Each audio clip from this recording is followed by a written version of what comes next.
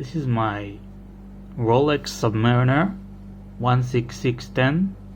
I purchased it over 2 years ago. I wanted this watch since I was 18.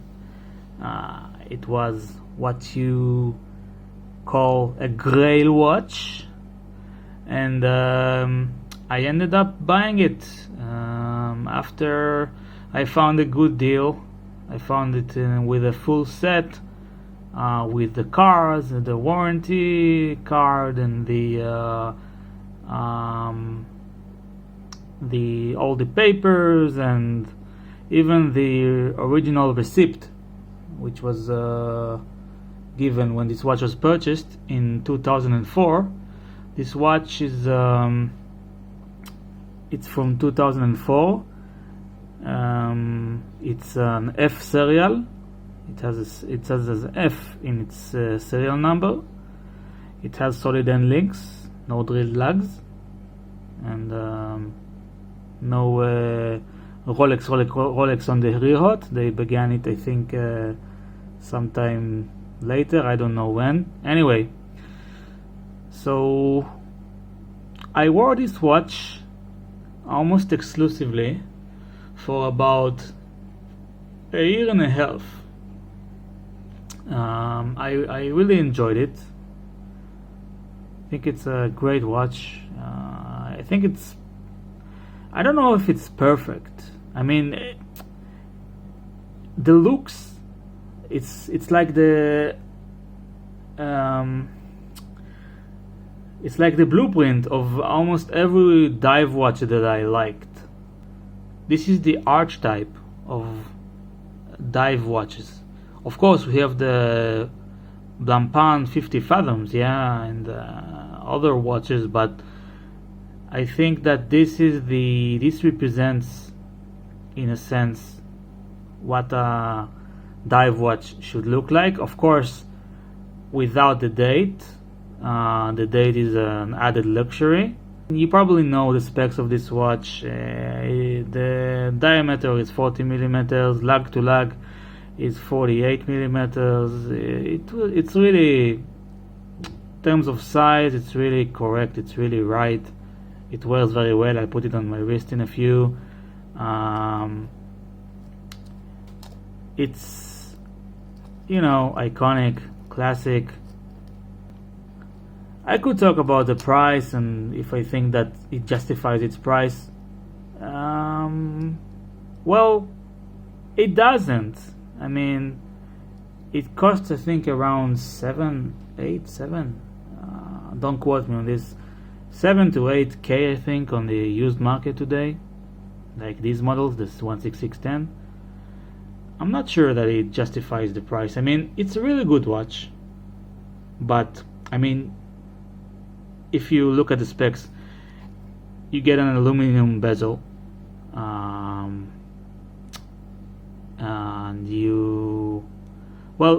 I guess the main argument is the aluminum bezel. I mean, if you're buying a luxury watch, I think that many people want a ceramic bezel, which is present on the new models of the Rolex Submariner. Personally, I don't care much about bezels, ceramic or aluminum, but I mean, when you're paying 7 or 8K for a watch, I guess you want it.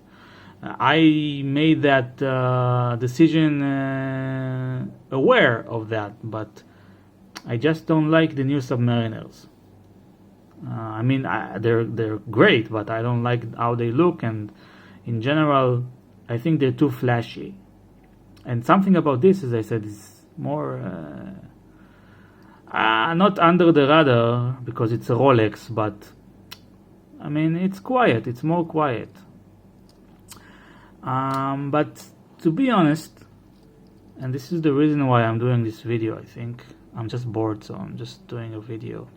But the real reason is that I hardly wear this watch anymore. I wear it like once a month, sometimes not even once a month. And I think about selling it, but I don't have the energy to invest in selling now, because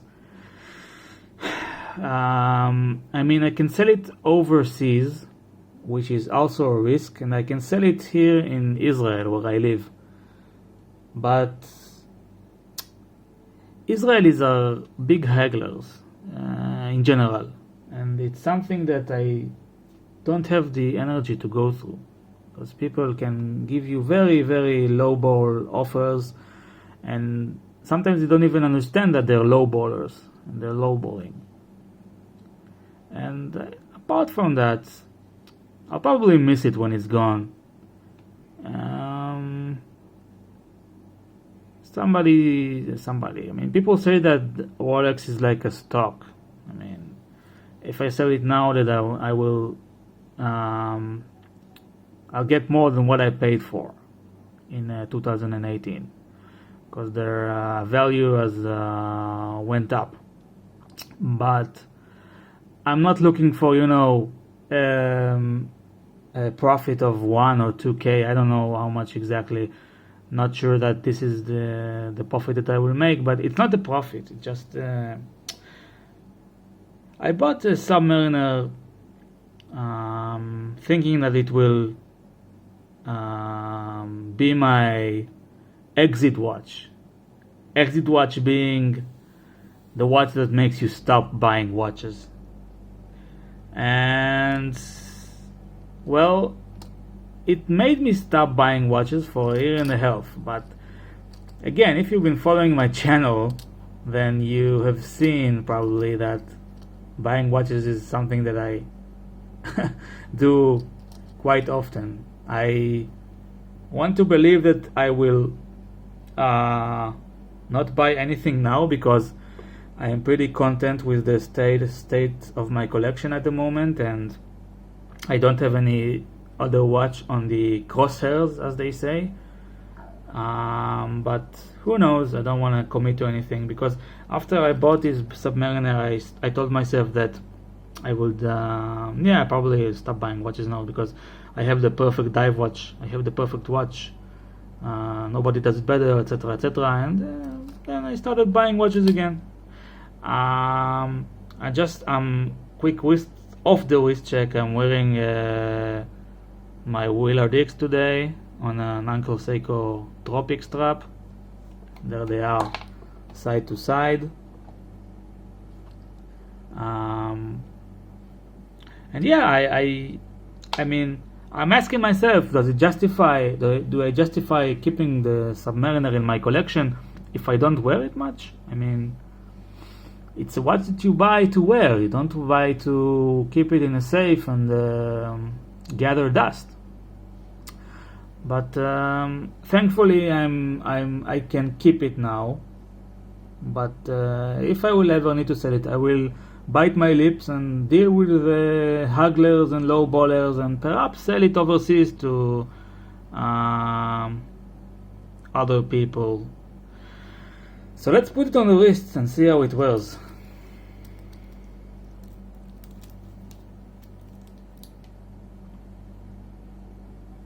So yeah, it wears well. It wears well, and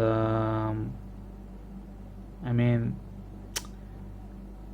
in many senses, it's perfect. It's perfect. I mean, it has the 3135. What's the movement? I forgot the movement. How it's named. 353, 30, 3135.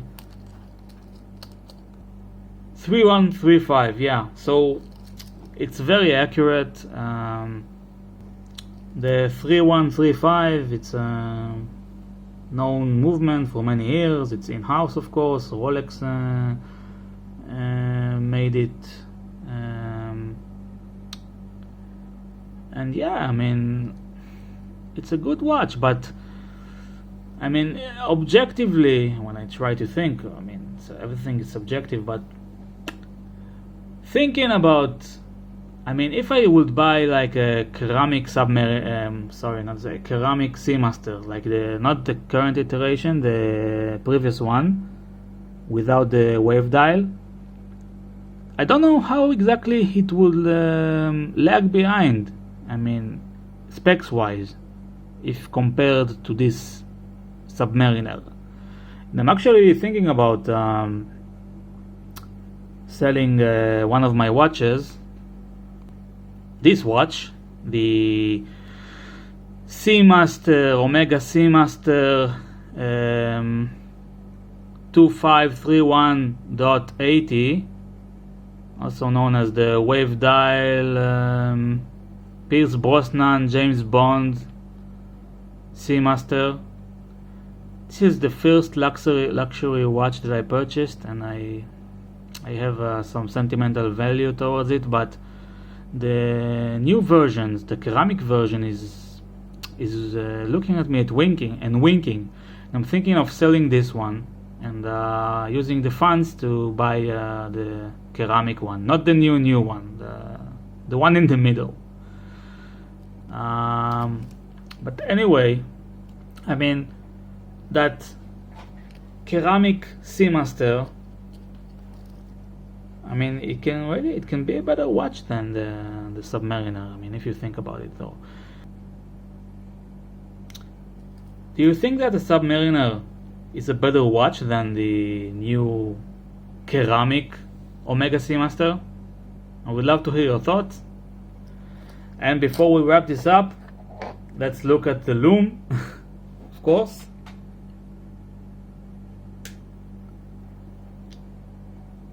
So this is the lume from my lamp, my desk lamp.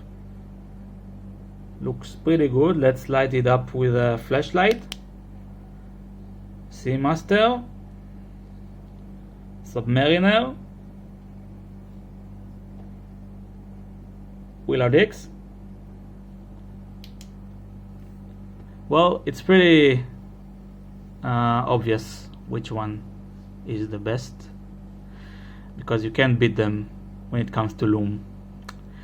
Anyway, thanks for watching, and see you in the next one.